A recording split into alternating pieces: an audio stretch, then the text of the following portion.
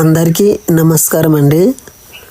So నేను ముఖ్యంగా ఈ వీడియోలో చెప్పవలసిన మాటలు ఏమిటంటే, సో పాస్టర్ ప్రవీణ్ ఉన్నాడు కదండి బెల్లంపల్లి. సో ఆయన చర్చిలో ఒక భయంకరమైన సంఘటన చోటు చేసుకుంది. అదేమిటంటే, ఒక ఆమె తన కుమారుని చర్చికి తోలుకొచ్చింది.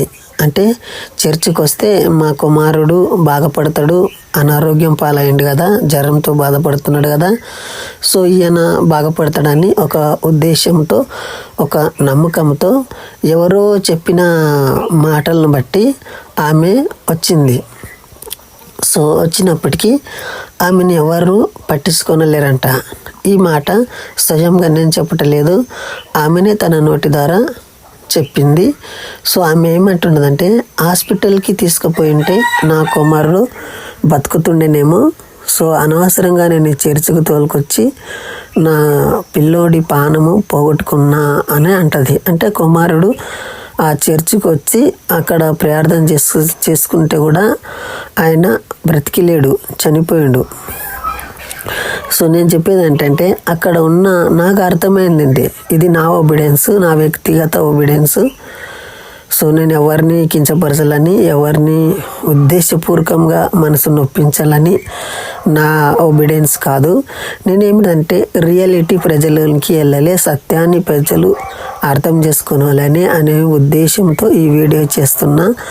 నా ఉద్దేశం ఏమిటంటే, యేసుక్రీస్తు లోపల ఎలాంటి మిరకలు కానీ ఎలాంటి అద్భుతాలు కానీ జరగవు. ఇది నాకు పక్కా నేను నమ్ముతున్నా. ఎందుకంటే చాలామంది ఈ సాక్ష్యాలు చెప్తున్నారు కదండి, ఇవన్నీ అబద్ధ సాక్ష్యాలు.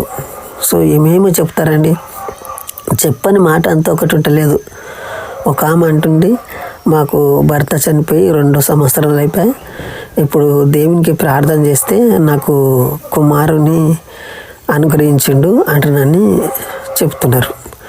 సో ఇలాంటి సాక్ష్యాలు ఎంతవరకు మనం నమ్మొచ్చు? సో మేము ప్రార్థన చేస్తే మా ఇంట్లో ఎలకలన్నీ పిల్లి వచ్చి ఎత్తుకొని పోయా అని చెప్తున్నారు. సో ఇలాంటి సాక్ష్యాలు ఎంతవరకు నిజమండి? సో దయచేసి మన హిందూ సోదరులు కానీ క్రైస్తవ సోదరులు కానీ ఈ భూమి మీద ఉన్న ప్రతి ఒక్కరు కూడా ఈ వీడియోని కొంచెం ఆలోచించండి. మీరు ఎంత భక్తి పరులు ఉన్నారో, ఎంత ప్రార్థన పరులు ఉన్నారో. సో నేను మిమ్మల్ని అభినందిస్తున్నా, మిమ్మల్ని కించపడటం లేదు, కానీ వాస్తవం తెలుసుకునండి. మీ భక్తి జీవితం మిమ్మల్ని ఎటువైపు నడిపిస్తున్నది? మూఢనమ్మకం వైపా, సత్యం వైపా? ఎందుకంటే ఒక పుట్టు గుడ్డివాడు ఉన్నాడండి, ఆ గుడ్డివానికి కళ్ళే లేవండి. వారికి కళ్ళు వస్తాయా? కళ్ళు తెప్పించగలరా? తెప్పించలేరు. ఒక చేతు నరికి 2 తుకడలు అయిందనుకోండి, ఆ చేతు మళ్ళీ అతుకుతుందా? అతకదు. ఎందుకు అతకదు?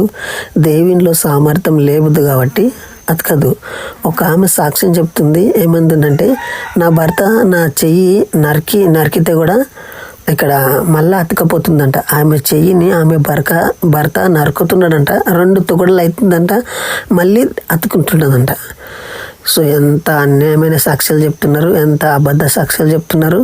సో దయచేసి ఇలాంటి మోసాలకు గురి కాకండి. ఒకవేళ ఏమన్నా మీరు నిరూపించాలనుకుంటే, మాకు సాక్ష్యం జరిగిందని అంటే, అది ఎట్లుండాలంటే ఆశ్చర్యమైన సాక్ష్యమై ఉండాలి, ఎవరు చేయలేని సాక్ష్యమై ఉండాలి. మాకు భయంకరమైన తాగుబోతు నుండి నన్ను దేవుడు రక్షించే అని అంటారు. ఇవన్నీ అనొద్దండి. ఎందుకంటే ఇప్పుడు నేను కూడా ఉంటాను కదండి, ఇప్పుడు నేను ఏమి తాగబోతులేను. ఇప్పుడు మీ మట్టుకు మీరు క్రైస్తవులు గొప్పగా సాక్ష్యం చెప్పుకుంటుంటారు కదా, అట్లా నా మటుకు నేను గొప్పగా సాక్ష్యం చెప్పుకోవచ్చు కదా. ఇప్పుడు నేను క్రీస్తులో ఉన్నప్పుడు ఇంతగానం జ్ఞానము నాకు లేకుండా అన్నీ జరుగుతాయని నమ్ముతుంటే, ఇప్పుడు నేను నమ్మకొచ్చిన అవి జరిగాయని. సో అంతేకాకుండా నేను తాగుడ పాలయ్యి నా కుటుంబాన్ని పాడు చేసి నేను ఇష్టానుసారంగా ఏం తిరగకొచ్చిన కదా. సో ఇలాంటి సాక్ష్యాలు దయచేసి నమ్మకండి. మీరు ఏదైతే నమ్ముతారో సత్యాన్ని గురించి, సత్యాన్ని విషయంలోనే మరముండాలని కోరుతున్నాను. సో ముఖ్యంగా మీరు మీ అభిప్రాయాన్ని డిస్కషన్లో నా నంబర్ పెట్టుంటా, మీరు తెలియజేస్తారని ఈ వీడియో ఇంతటితో ముగిస్తుంటా. జై హింద్, వందే మాతరం.